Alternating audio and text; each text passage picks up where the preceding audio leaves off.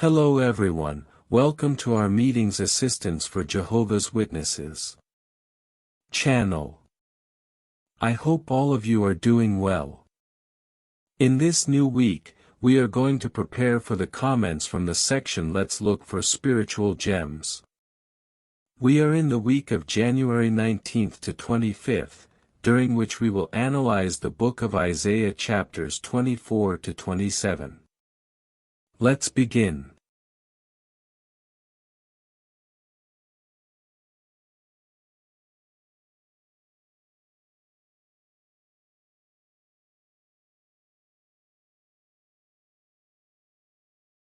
The first question is: what feature of the New World Translation do we see in this text? Before answering the question, let's read the Bible text. Isaiah 24:2 says, "The same thing will happen to everyone, to the people and to the priest, to the servant and to his master, to the maidservant and to her mistress, to the buyer and to the seller, to the lender and to the borrower, to the creditor and to the debtor." Very well, then the answer to the question is: the New World Translation presents Isaiah 24:2 in verse form because it is a poetic passage. This makes it easier to see the parallels and contrasts in the text and to understand more clearly the message, that no one can escape Jehovah's judgment, regardless of social status. Additional comments. By seeing Isaiah 24:2 in verse form, we understand that Jehovah was not repeating ideas without meaning, but rather using a poetic device to give greater force to the message. This way of translating helps us better grasp the emphasis of the text and remember more easily what Jehovah wants to teach us. This feature of the New World Translation shows the effort to respect the original style of the Bible. By presenting some prophetic passages in verse form, such as Isaiah 24:2, it becomes easier for us to identify the contrasts between the people mentioned and to understand that Jehovah's message applies equally to everyone. Let's move on to the next question. What spiritual gems have you found about Jehovah, the ministry, and other topics in this week's Bible reading? Isaiah 24:5-6 says, "The earth has been polluted by its inhabitants, because they have bypassed the laws, changed the regulation, and broken the lasting covenant. That is why a curse devours the earth, and those living on it are held guilty. That is why the inhabitants of the earth have dwindled, and very few men remain." Very well, then the comment is: this text clearly explains why the world is full of problems. It is not just bad luck or coincidence, but the result of people ignoring Jehovah's standards. When his principles are set aside, injustice, violence, and suffering appear. This teaches me that obeying Jehovah always brings benefits and that, even though the world is going in the wrong direction, we must continue living according to his standards. Let's move on to the next comment. Isaiah 24:14-15 says, "They will raise their voice, they will shout joyfully. From the sea they will proclaim Jehovah's majesty. That is why they will glorify Jehovah in the region of light, in the islands of the sea they will glorify the name of Jehovah, the God of Israel."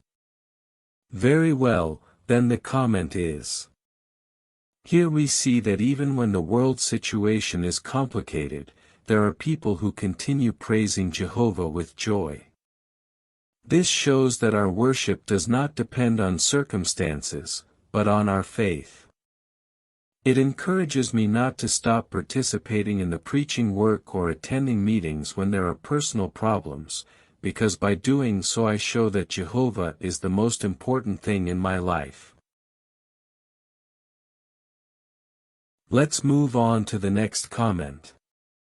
Isaiah 25, 6-8 says, "On this mountain, Jehovah of armies will make for all the peoples a banquet of rich dishes, a banquet of fine wine, of rich dishes filled with marrow, of fine, filtered wine.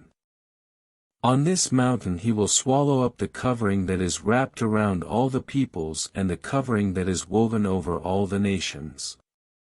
He will swallow up death forever, and the sovereign Lord Jehovah will wipe away the tears from all faces. The reproach of his people he will remove from all the earth, for Jehovah himself has spoken." Very well, then the comment is. This passage is very comforting because it shows what Jehovah has prepared for obedient humanity. He promises to eliminate pain, tears, and even death. Thinking about this promise helps me endure present problems better, because I know they are temporary.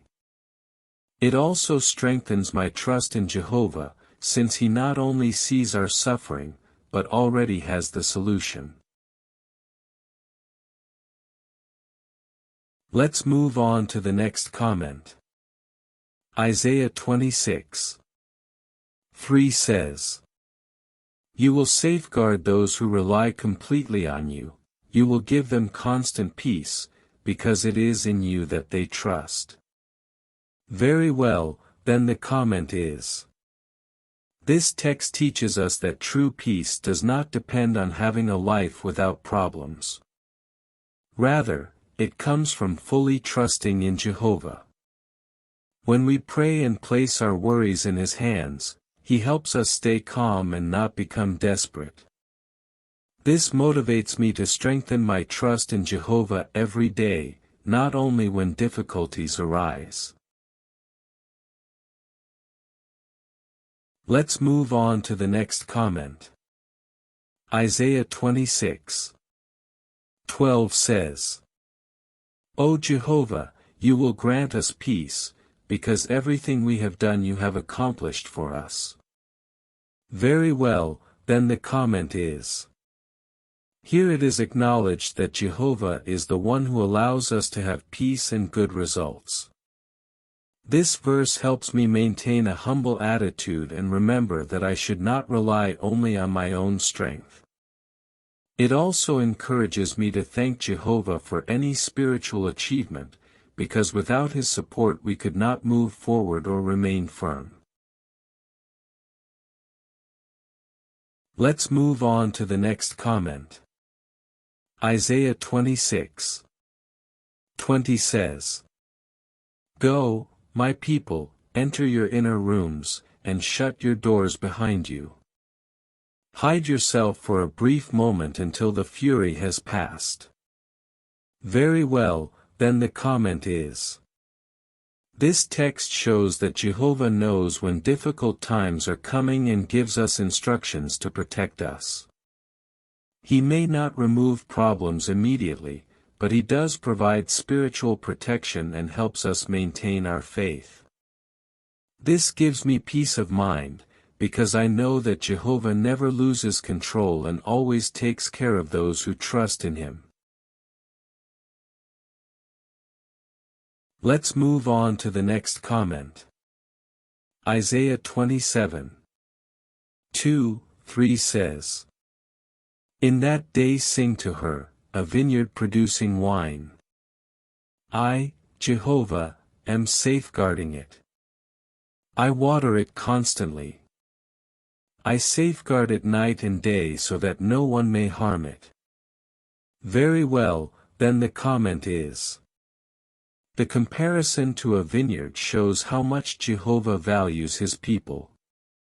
He pays attention to each one of us, protects us from what could harm us, and gives us what we need to grow spiritually.